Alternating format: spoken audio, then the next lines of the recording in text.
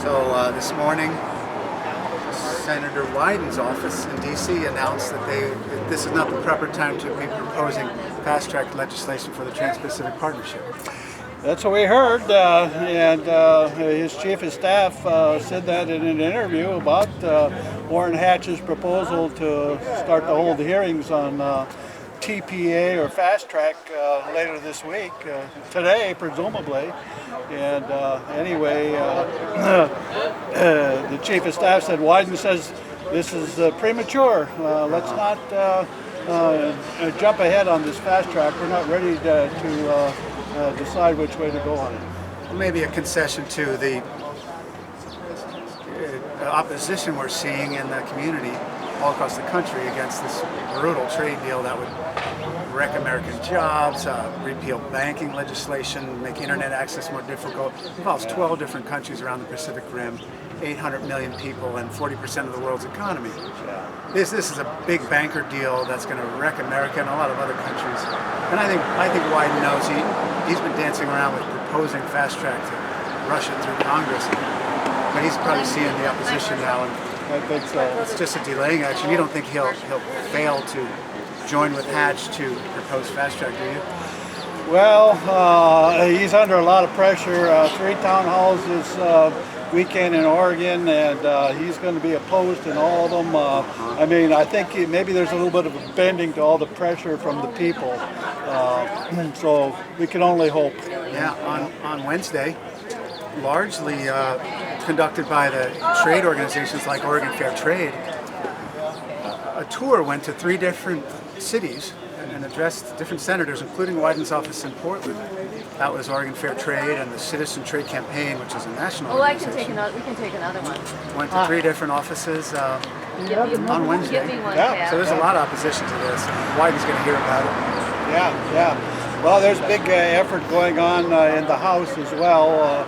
There was a tour bus that visited Olympia and Seattle and went down to Portland and Salem, and there was board members of Fair Trade plus legislators that were on that bus, and basically there's a lot of things going on, and I think Wyden is starting to hear the message. Maybe I hope. My message is, what's the rush? No fast track. We got a lot of other messages here.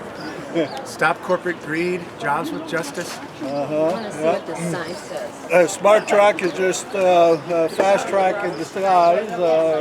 He was when Wyden was head of the Senate Finance, he was going to design his own bill called Smart Track.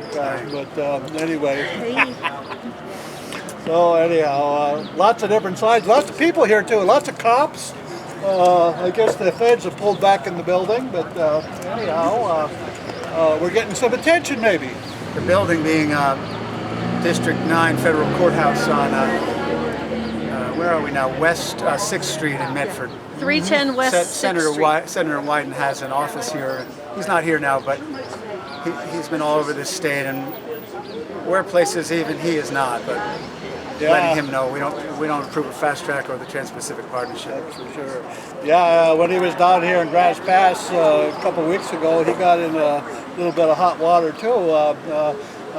He was reminded that folks, not only from fair trade, but also from Fight for the Future, internet freedom, were jumping on him, you know. So anyway, he's feeling it from everybody. It takes a lot of pressure to change that man around, but maybe we can do it.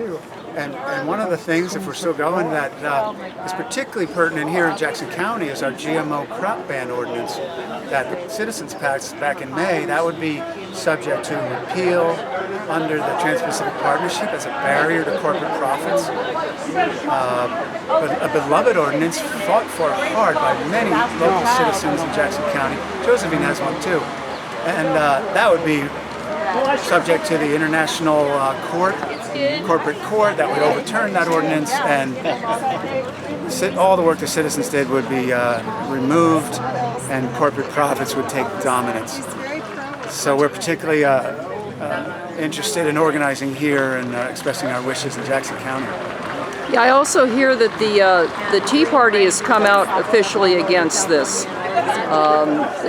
This isn't a left issue. This is also an American issue of sovereignty, to where we're not interested in having literally a globalist rule by multinational foreign powers, corporations being able to even sue our governments and nullify we the people.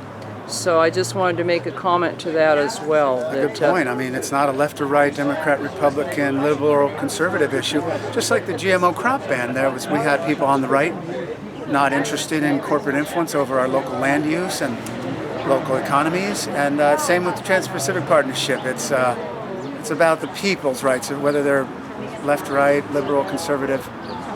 Yeah, as I understand it, that Obama would be able to take a pact and bring it before the Congress, and no amendments would be allowed to it, just a straight up and down vote.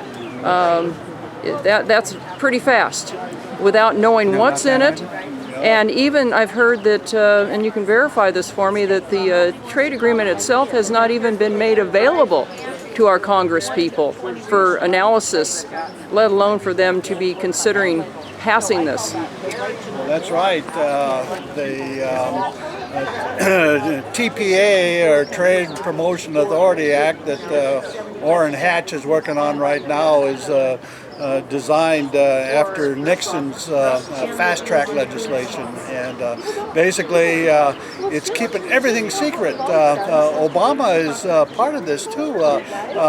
He could have allowed all the amendments and all the negotiations be public. NAFTA was public, but no, he decided to keep it secret. And the reason is, of course, one of the top trade negotiators a couple of years ago, who's now resigned, said that, well, if it was made public, it couldn't pass.